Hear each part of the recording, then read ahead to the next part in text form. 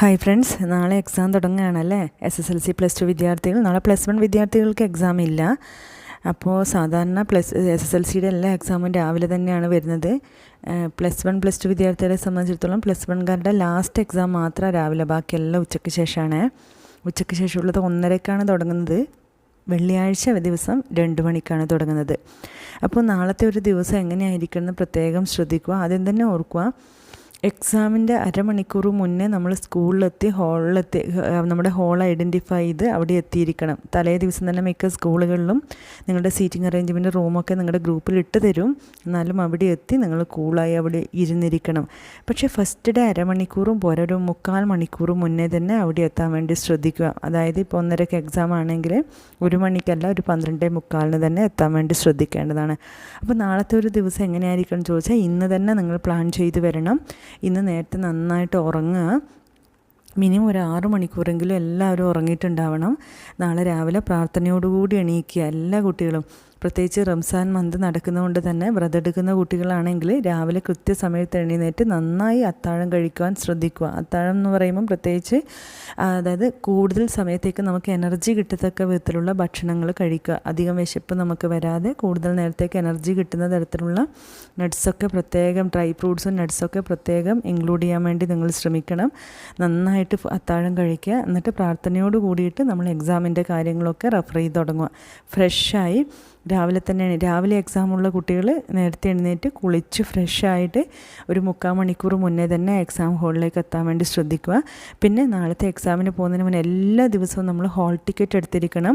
അത് ബാഗിൽ മറക്കാതെ ഒരു കവറിലാക്കി വെക്കുക. പിന്നെ ഒരു 3 പേന കയ്യിൽ വെച്ചോളൂ കേട്ടോ. 2 പേന നമുക്കും നമ്മുടെ ഫ്രണ്ട്സ് ഏതെങ്കിലും ഒരാളുണ്ടാവും ചിലപ്പോൾ മറന്നിട്ട് പേനയുണ്ടോ എന്ന് ചോദിക്കുന്നത്. അല്ലെങ്കിൽ ഒരു പേന എടുത്ത് വന്നിട്ട് അത് പറ്റാതെ പോയിട്ട് വേറെ പേന തരുമെന്ന്, അപ്പോൾ അവർക്ക് കൊടുക്കാൻ വേണ്ടിയിട്ടും കൂടി ഒന്നങ്ങ് കയ്യിൽ വെച്ചേക്ക്. ഒരു 3 പേന, പെൻസില്, സ്കെയില് എല്ലാം സ്വന്തം കരുതുക. കാൽക്കുലേറ്റർ ആവശ്യമുള്ള ദിവസം അതും കരുതിയിരിക്കണേ. അപ്പോൾ പേനയും അതുപോലെ പെൻസില് അല്ലെങ്കിൽ ഷാർപ്പനർ, ഇറേസർ അതൊന്നും ആവശ്യം വരില്ല. പെൻസിലൊക്കെ ഷാർപ്പൺ ചെയ്തിട്ട് തന്നെ നമ്മൾ വെക്കണം. എങ്കിലും അതൊക്കെ ഒരു കരുതലായിട്ട് വെക്കുക. ഹോൾ ടിക്കറ്റ് പ്രത്യേകം അതൊക്കെ ഇന്ന് തന്നെ ബാഗിലെടുത്ത് വെച്ചിരിക്കണം. പിന്നെ നാളെ രാവിലെ സ്കൂളിൽ പോകുന്നതിന് മുന്നേ വ്രതം ഇല്ലാത്ത കുട്ടികളാണെങ്കിൽ ഒരു ബോട്ടിൽ നന്നായിട്ട് വെള്ളം എടുക്കുക. പിന്നെ നമ്മൾ കൃത്യമായി ഫ്രഷായിട്ട് ബ്രേക്ക്ഫാസ്റ്റ് പ്രോപ്പറായിട്ട് കഴിച്ചിട്ടുണ്ടാവണം. എക്സാമിന് വീട്ടിൽ നിന്ന് ഇറങ്ങുന്നതിന് മുന്നേ പറ്റുമെങ്കിൽ ഒരു സ്പൂണ് തേൻ കഴിക്കുക. നിങ്ങൾ തേൻ നമുക്ക് ബ്രെയിനിൽ ഗ്ലൂക്കോസ് കണ്ടൻറ്റ് കൂട്ടും. അത് നമുക്ക് മെമ്മറി ആക്ടിവേറ്റ് ചെയ്യും, എനർജി കിട്ടും, ക്ഷീണം കുറക്കാനൊക്കെ സഹായിക്കും. അതുപോലെ തന്നെ ഒരു നല്ല ചോക്ലേറ്റും കയ്യിൽ വെച്ചോളൂ. ഹോളിലേക്ക് കയറുന്നതിന് മുന്നേ കഴിക്കാൻ വേണ്ടിയിട്ടാണ്. എക്സാം ഹോളിലേക്ക് കയറുന്നതിന് മുന്നേ. വ്രതമുള്ള കുട്ടികൾക്ക് അതൊന്നും നടക്കില്ല. അല്ലാത്ത കുട്ടികൾ ആ വഴിയൊക്കെ ഉപയോഗിക്കാവുന്നതാണ്. അതൊക്കെ നമ്മളെ റിലാക്സ് ചെയ്യാനും ടെൻഷൻ ഫ്രീ ആക്കി നമ്മളെ മെമ്മറി ആക്ടിവേറ്റ് ചെയ്യാനൊക്കെ നമ്മളെ സഹായിക്കുന്നതാണ്. അങ്ങനെ ബാഗൊക്കെ എടുത്തിട്ട് പറ്റുമെങ്കിൽ വീട്ടിൽ പാരൻസൊക്കെ കൊണ്ടുവിടാനുണ്ടെങ്കിൽ ഒന്ന് കൊണ്ടുവിടാൻ ഹെൽപ്പ് ചെയ്യുക. അല്ലെങ്കിൽ ബിഫോർ ടൈം ബസ്സിന് തന്നെ അവിടെ എത്തുക. ഫ്രണ്ട്സ് കൂട്ടമായിട്ട് പോകുക. സ്കൂളിൽ നേരത്തെ തന്നെ എത്തുക. അരമണിക്കൂറല്ല, നാളെ ഫസ്റ്റ് ഡേ, അതിനും മുന്നേ തന്നെ എത്തുക. ഫ്രണ്ട്സോട് റിലാക്സ് ചെയ്ത് സംസാരിച്ച് നമ്മൾ പ്രത്യേകിച്ച് സ്കൂളിലെത്തിയതിന് ശേഷം നമ്മൾ പുതിയ കാര്യങ്ങൾ പഠിക്കാനൊന്നും ശ്രദ്ധിക്കേണ്ട. ഒന്ന് ബാത്റൂമിലൊരു പോയി ഫ്രഷായി നമ്മുടെ റൂം കണ്ടുപിടിച്ച് ബാഗൊക്കെ പുറത്ത് വെച്ച് റിലാക്സ് ചെയ്ത് അവിടെ ഇരിക്കുക.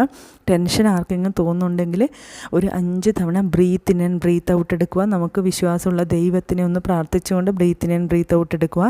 വ്രതമില്ലാത്ത കുട്ടികൾ വാട്ടർ ബോട്ടിലടക്കം ഹോൾ ടിക്കറ്റും മറ്റ് പെന്ന്, പെൻസില് എല്ലാ കാര്യങ്ങളും നമ്മുടെ സീറ്റിൽ വെച്ചിട്ട് അവിടെ റിലാക്സ് ചെയ്തിരുന്ന് കണ്ണടച്ചൊന്ന് പ്രാർത്ഥിക്കുക. അപ്പോൾ നമ്മുടെ എക്സാമിന് ഒരു 15-20 മിനിറ്റ്, ചിലപ്പോൾ അരമണിക്കൂർ മുന്നേ തന്നെ ഹാളിൽ ടീച്ചേഴ്സ് വരുന്നതായിരിക്കും. അവർ നമ്മൾ ഓർഡറിൽ തന്നെയാണ് ഇരുന്നതെന്ന് ശ്രദ്ധിക്കും. നമ്മൾ ഇരുത്തും. ക്വസ്റ്റ്യൻ പേപ്പർ തരും. കൂൾ ഓഫ് ടൈം വരും. കൂൾ ഓഫ് ടൈം നമ്മൾ കൃത്യമായിട്ട് ക്വസ്റ്റ്യൻസ് വായിക്കുക. അറിയാവുന്ന നോട്ട് ചെയ്ത് വെക്കുക. ക്വസ്റ്റ്യൻ പേപ്പറിൽ നമ്മുടെ പേരും രജിസ്റ്റർ നമ്പറൊക്കെ എഴുതണേ. എന്തെങ്കിലും ടെൻഷൻ അപ്പോൾ തോന്നുകയാണെങ്കിൽ നമ്മൾ കണ്ണടക്കുക, breathe in and breath out എടുക്കുക. വാട്ടർ ബോട്ടിലുള്ള വെള്ളം എടുത്തിട്ട് കുറച്ച് കുടിക്കുക. വെള്ളം കുടിക്കുന്നത് നമ്മൾ റിലാക്സ് ചെയ്യാൻ വേണ്ടി സഹായിക്കുന്നതായിരിക്കും. കൂൾ ഓഫ് ടൈം കഴിഞ്ഞ് കഴിഞ്ഞാൽ നമ്മൾ ആൻസർ എഴുതുക. എല്ലാ ആൻസറും നിങ്ങൾക്ക് അറിയുന്നതാണെങ്കിൽ ക്വസ്റ്റ്യൻ പേപ്പറിൻ്റെ അതേ ഓർഡറിൽ തന്നെ എഴുതാം. അല്ല എങ്കിൽ നിങ്ങൾക്ക് നന്നായി അറിയുന്ന ആൻസേഴ്സ് ഉണ്ടെങ്കിൽ അത് ആദ്യം എഴുതുക. ഏറ്റവും നന്നായി അറിയുന്ന ആൻസർ നമ്മൾ എഴുതി വെക്കുമ്പോൾ നമ്മുടെ ബ്രെയിനൊരു പ്ലഷർ, ഒരു സന്തോഷം, ഒരു ഹാപ്പിനെസ്, ഒരു റിലാക്സേഷൻ ഫീൽ ചെയ്യും. അപ്പോൾ നമുക്ക് കുറച്ച് അറിയുന്ന ആൻസേഴ്സ് പോലും നന്നായിട്ട് പിന്നീട് എഴുതാൻ വേണ്ടി സാധിക്കുന്നതായിരിക്കും. അതിൻ്റെ ഇടയിൽ നിങ്ങൾ പഠിച്ചു പോയ ഏതെങ്കിലും ആൻസർ പെട്ടെന്ന് മറന്നുപോയി അത് കിട്ടുന്നില്ല എന്ന് നിങ്ങൾക്ക് തോന്നുകയാണെങ്കിൽ ഒട്ടും ടെൻഷൻ ആവരുത്. ആ ക്വസ്റ്റ്യനെ വീണ്ടും വീണ്ടും വായിച്ച് സ്ട്രെസ് ആവുന്നതിന് പകരം ആ ക്വസ്റ്റ്യൻ സ്കിപ്പ് ചെയ്യുക, നമുക്ക് അറിയുന്നത് എഴുതുക. അപ്പോൾ അഥവാ നിങ്ങൾക്ക് സ്ട്രെസ്സ് ഫീൽ ചെയ്തിട്ടുണ്ടെങ്കിൽ ക്വസ്റ്റ്യൻ പേപ്പർ ഒരു 2 മിനിറ്റ് അവിടെ അടച്ചു വെക്കുക, നിങ്ങൾ കുറച്ച് വെള്ളം കുടിക്കുക, ഒന്ന് breath in and breath out എടുക്കുക, അടുത്ത ക്വസ്റ്റ്യനിലേക്ക് പോകുക. എന്നിട്ട് അറിയാവുന്ന ക്വസ്റ്റ്യൻസ് എല്ലാം നിങ്ങൾ ചെയ്തതിന് ശേഷം നിങ്ങൾക്ക് വന്നിട്ട് വീണ്ടും ഈ ക്വസ്റ്റ്യൻ, അതായത് പഠിച്ചിട്ടും മറന്നുപോയി സ്റ്റാർട്ടിങ് കിട്ടാത്ത ക്വസ്റ്റ്യൻസൊക്കെ ഉണ്ടെങ്കിൽ അതൊന്ന് നോക്കാം. അപ്പോഴേക്കും നിങ്ങൾ കൂളായിട്ടുണ്ടാവും, നിങ്ങൾക്ക് എഴുതാൻ വേണ്ടി സാധിക്കും. നമ്മൾ നിർബന്ധമായും എഴുതേണ്ട കമ്പൽസറി ക്വസ്റ്റ്യൻസ് മാക്സിമം അത് എല്ലാം അറ്റൻഡ് ചെയ്യാൻ വേണ്ടി ശ്രദ്ധിക്കുക. ക്വസ്റ്റ്യൻ അറ്റൻഡ് ചെയ്യുക എന്ന് പറഞ്ഞാൽ ജസ്റ്റ് ക്വസ്റ്റ്യൻ നമ്പർ ഇട്ട് വെക്കുക മാത്രമല്ല, ആ ഒരു ക്വസ്റ്റ്യൻ്റെ ആൻസർ നിങ്ങൾക്ക് കൃത്യമായി അറിയുന്നില്ല എങ്കിൽ അതുമായി ബന്ധപ്പെട്ട് എന്തെങ്കിലും അറിയുന്നുണ്ടെങ്കിൽ അത് അവിടെ എഴുതി വെക്കാൻ വേണ്ടി ശ്രദ്ധിക്കണം. നിങ്ങളുടെ അറിവ് പരമാവധി കൃത്യമായും വ്യക്തമായും ആൻസർ ഷീറ്റിലേക്ക് എഴുതി ഫലിപ്പിക്കാൻ വേണ്ടി പ്രത്യേകം ശ്രദ്ധിക്കുക. എക്സാം ഹോളിൽ വരുന്ന ടീച്ചർ പറയുന്ന കാര്യങ്ങളൊക്കെ കൃത്യമായി അനുസരിക്കുക. ദെൻ അതിൻ്റെ ഇടയിൽ എന്തെങ്കിലും ശാരീരിക ബുദ്ധിമുട്ടോ എന്തെങ്കിലും തോന്നുവാണെങ്കിൽ കൃത്യമായി നിങ്ങൾക്ക് ടീച്ചേഴ്സിനോട് അത് കമ്മ്യൂണിക്കേറ്റ് ചെയ്യാം. നിങ്ങളെ ഹെൽപ്പ് ചെയ്യാൻ, നിങ്ങളെ സഹായിക്കാൻ, നിങ്ങളെ കൂളാക്കാനാണ് അവിടെ ടീച്ചർ വരുന്നത്. അല്ലാതെ ഒരിക്കലും നിങ്ങളെ ബുദ്ധിമുട്ടിക്കാനാണ് എന്നുള്ള ധാരണ നിങ്ങൾക്ക് വേണ്ട. എക്സാം കഴിഞ്ഞതിന് ശേഷം കൃത്യമായി ആൻസർ ഷീറ്റ് നന്നായിട്ട് കെട്ടി ടൈറ്റാക്കി വെച്ചതിന് ശേഷം എഴുതി ബാക്കിയുള്ള പേജ് അല്ലെങ്കിൽ സ്പേസ് വരഞ്ഞിട്ട് ക്രോസായി വരഞ്ഞിട്ടിട്ട് ടീച്ചറിനെ ഏൽപ്പിച്ച് പുറത്തേക്ക് ഇറങ്ങുക. പുറത്തിറങ്ങിയതിന് ശേഷം നിങ്ങളുടെ ക്വസ്റ്റ്യൻ പേപ്പർ നിങ്ങൾ ഡിസ്കസ് ചെയ്യാൻ നിൽക്കേണ്ട, റിലാക്സ് ചെയ്ത് നിങ്ങൾ വേണമെങ്കിൽ ഒന്ന് ഫ്രഷ് ആയിട്ട് ഫ്രണ്ട്സിൻ്റെ കൂടെ വീട്ടിലേക്ക് വരിക. പാരൻസ് കൂട്ടാൻ വന്നിട്ടുണ്ടെങ്കിൽ അവരെ കൂടെ വരിക. ക്വസ്റ്റ്യൻ പേപ്പർ ബാഗിൽ മടക്കി വെക്കുക, ഹാൾ ടിക്കറ്റും സേഫായിട്ട് വെക്കുക. ആ എക്സാം കഴിഞ്ഞു. ഇനി അതിനെക്കുറിച്ച് നിങ്ങൾ ചിന്തിക്കേണ്ട കാര്യമില്ല, അടുത്ത എക്സാമിനെ കുറിച്ച് ചിന്തിച്ചാൽ മതി. അഥവാ ഏതെങ്കിലും ഒരു കുട്ടി അത് തെറ്റാണല്ലോ, ഇത് നീ എഴുതിനോ, അതിൻ്റെ ആൻസർ ഇങ്ങനെയാണ് എന്നൊക്കെ പറഞ്ഞ് സ്ട്രെസ് ആക്കുന്നുണ്ടെങ്കിൽ അവിടത്തേക്ക് മനസ്സ് കൊടുക്കാതിരിക്കുക. കഴിഞ്ഞ കാര്യം പാസ്റ്റ് ഈസ് പാസ്റ്റ്, അതിനെക്കുറിച്ച് നമ്മൾ വീണ്ടും വീണ്ടും ഡിസ്കസ് ചെയ്തിട്ട് നമ്മുടെ ടൈമോ നമ്മുടെ മൈൻഡോ നമ്മൾ കളയേണ്ട ഒരു കാര്യമില്ല. അടുത്ത എക്സാമിനെ കുറിച്ച് നമ്മൾ ചിന്തിക്കുക. ദെൻ വീട്ടിൽ വന്നതിന് ശേഷം ഫ്രഷായി ഫുഡ് കഴിച്ച് നമ്മൾ അടുത്ത എക്സാം റിലാക്സ് ചെയ്ത് അടുത്ത എക്സാമിന് വേണ്ടി പ്രിപ്പയർ ചെയ്യാൻ വേണ്ടി ശ്രദ്ധിക്കുക. അപ്പോൾ നമ്മുടെ എക്സാം എത്രമാത്രം നന്നായി നമുക്ക് എഴുതാൻ പറ്റുന്നു എന്നതിൽ നമ്മളുടെ മാനസികാവസ്ഥയും നമ്മുടെ ഹെൽത്ത് ഒരു പ്രധാന കാര്യമാണ്. Mental and physical health. ആ mental and physical health okay ആക്കേണ്ട മെയിൻ ഉത്തരവാദിത്തം നമുക്ക് ഓരോരുത്തർക്കും തന്നെയാണ്. ഞാൻ നന്നായി എഴുതും, എനിക്ക് മാക്സിമം എഴുതാൻ പറ്റും, അല്ലെങ്കിൽ കൃത്യമായി എഴുതാനുള്ള ശക്തി പവർ എനിക്ക് ഉണ്ടാവും എന്നുള്ളൊരു കോൺഫിഡൻസോട് കൂടിയിട്ട് തന്നെ ഇറങ്ങുക. എപ്പോഴും മനസ്സിലൊരു പ്രാർത്ഥന ഉണ്ടായിരിക്കണം. അത് ഏത് ദൈവമായിരിക്കട്ടെ, ഏത് വ്യക്തികളിലാവട്ടെ, നിങ്ങൾക്ക് വിശ്വസിക്കാം. ഇനി അങ്ങനെ ഒന്നുമില്ല എങ്കിൽ നിങ്ങൾ മൈൻഡ് കൂളാക്കാൻ breathe in and breath out എപ്പോഴാണോ സ്ട്രെസ്സ് ഫീൽ ചെയ്യുന്നത് അപ്പോഴെടുക്കുക. വെള്ളം കുടിക്കാൻ പറ്റുന്നവരാണെങ്കിൽ വെള്ളം കുടിക്കാനും ശ്രദ്ധിക്കുക. ക്വാളിറ്റിയുള്ള ചോക്ലേറ്റ് കഴിക്കുന്നതൊക്കെ നമ്മളെ റിലാക്സ് ചെയ്യാൻ വേണ്ടി സഹായിക്കും. അത് ബ്രെയിനെ ആക്ടിവേറ്റ് ചെയ്യാൻ വേണ്ടി സഹായിക്കുന്നതാണ്. ഇങ്ങനെയുള്ള ടിപ്പുകളും ട്രിക്സുകളും ഒക്കെ നിങ്ങൾക്ക് പ്രയോഗിക്കാവുന്നതാണ്.